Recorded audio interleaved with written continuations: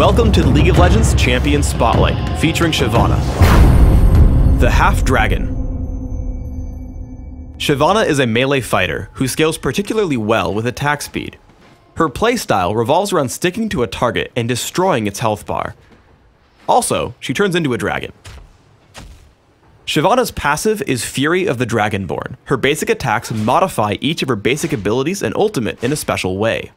Twin Bite causes Shyvana's next basic attack to strike twice, applying on-hit effects with each strike. With each basic attack, after using Twin Bite, its cooldown is reduced. I take Twin Bite at level 2 and max it second. Burnout empowers Shyvana for a few seconds, granting increased movement speed and damaging nearby enemies. Shyvana's basic attacks extend its duration up to a cap. I take Burnout at level 1 and max it immediately. Flame Breath sends out a skill shot nuke that damages the first enemy it hits and lowers its armor for a few seconds. While its armor is lowered, Shyvana's basic attacks will deal bonus damage against the target. Shyvana's ultimate is Dragon's Descent. After a brief channel, Shyvana transforms into a dragon, damaging and knocking back everything along her path. This ability passively gives Shyvana bonus armor and magic resist, which are further increased in dragon form. Dragon's Descent is available only when Shyvana has 100 Fury, and ticks down her Fury bar each second while active. Basic attacks grant Shyvana bonus Fury, which will allow her to morph into a dragon more quickly and prolong the duration of her ultimate. While a dragon, Shyvana's basic abilities gain bonus effects. Twin Bite deals its damage in an area in front of Shyvana instead of just to the main target. Burnout leaves behind an additional trail of fire that damages enemies inside it. Flame Breath damages and marks enemies in a cone instead of simply the first enemy hit. Shyvana is actually a pretty quick jungler, but I play her as a solo top fighter. Shyvana's early laning is quite powerful with a significant amount of burst damage. Turn on Burnout to damage and chase your opponent, then tag him with Flame Breath. Land a basic attack and immediately trigger Twin Bite. This ability order will give you 3 triggers on your passive, increasing the duration of Burnout and dealing significant damage through Flame Breath. Skarner comes for a gank from the river. It's important that you don't give away your teammates by playing too aggressively. Unless you can lead in with a stun, let your jungler make the first move. After Skarner dives in, I head in for Wukong with Burnout and Twin Bite, saving Flame Breath because minions would block it.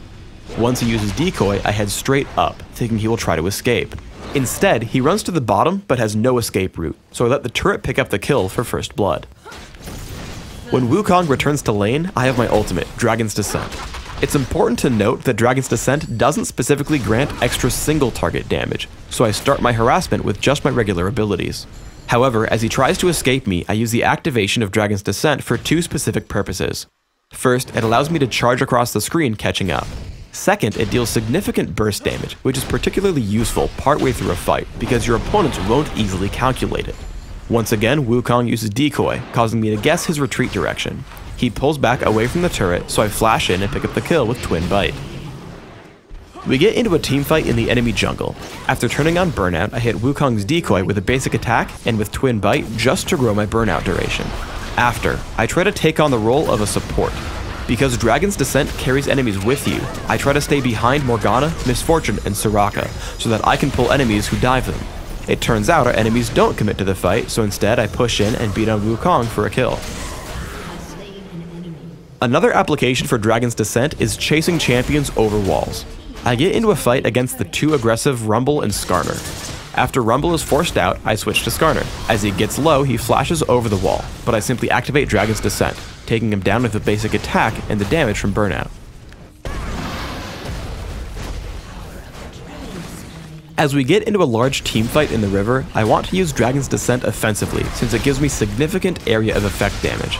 I leap in and take down Wukong with Twin Bite, as he's the closest target and is killable. After, Burnout allows me to chase down Rumble as I tag him with Flame Breath and take him apart under Morgana's Dark Binding. The enemy Shyvana piles in as well, but as I stay in dragon form, I try to spam as many abilities as possible since they will affect both enemy targets. When Skarner comes in, I try to move toward the top of the fight so that both he and Shyvana are in front of me. This move allows my next Twin Bite to hit both of them as we take him down and win the fight.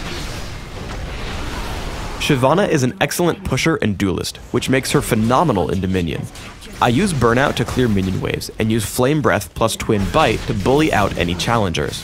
I try to stay at the top half of the lane so that I can always grab the health relic between minion waves. As a result of this play, I'm able to push Wukong to his turret, and if it weren't for his garrison, would have neutralized the capture point. Either way, I take him down and draw one of his teammates to help. Shyvana's abilities as a duelist continue to pay out as Riven tries her hand at defending the Boneyard. Just like before, I can win any engagements with Flame Breath into a basic attack followed by Twin Bite. As in Summoner's Rift, when she tries to escape, Dragon's Descent allows me to catch up with my opponent and take her down to capture the Boneyard. When fighting against Shyvana's dragon form, remember that most of her area of effect damage is focused in front of her. As we get into a teamfight, we take down Riven and Shaco very quickly. Then, we're faced with the enemy Shyvana's dragon form. She ends up focusing me, so I continue to run to the right hand side, away from my team, keeping them safe from everything but her burnout damage. As she's about to fall, I leap in with Dragon's Descent, knocking her around and setting up my team for a kill on Lee Sin. He does eventually take me down, but my team trades back to take 4 kills for only 2 deaths. When left to hurt enemies without interruption, Shyvana deals tons of damage. Shaco and I jump onto the enemy Shyvana. While she takes him to near death from almost 2/3 health, I finally take her down. I turn to the enemy Shaco as he kills my teammate. When he tries to retreat, I chase him down with Dragon's Descent and pick up another kill quite easily. Then I spot Lee Sin chasing my teammate Wukong. Lee Sin turns to fight me, and I move in between attacks, which allows me to dodge his Sonic Wave. As Wukong knocks him up with his ultimate, we take down Lee Sin and move in to recapture the Boneyard. For runes, I take attack speed marks, health per level seals, attack speed glyphs, and flat health regeneration quintessences. This setup is aimed at giving me extra damage output with attack speed, durability late game, and sustenance in lane. My masteries are 14, 0, 16, taking magic penetration and attack speed in offense, and in utility, taking neutral buff duration, increased gold gain, and increased movement speed. I take Ignite and Flash for summoner spells, mastering both. In Classic, I open with Boots of Speed and 3 health potions. I transition into my first 2 major items, which are Wriggle's Lantern and Wit's End. I continue to scale up for damage output with Trinity Force and Ginsu's Rage Blade. If you find you're too squishy, postpone your damage items for durability with Sunfire Cape and Force of Nature. In Dominion, I grab a Prospector's Blade at the beginning as a replacement for Wriggle's Lantern, but the rest of my build is almost identical. Thanks for tuning in to the Shyvana Champion Spotlight. Please subscribe to the Riot Games YouTube channel above, and don't forget to thumbs us up just below the video.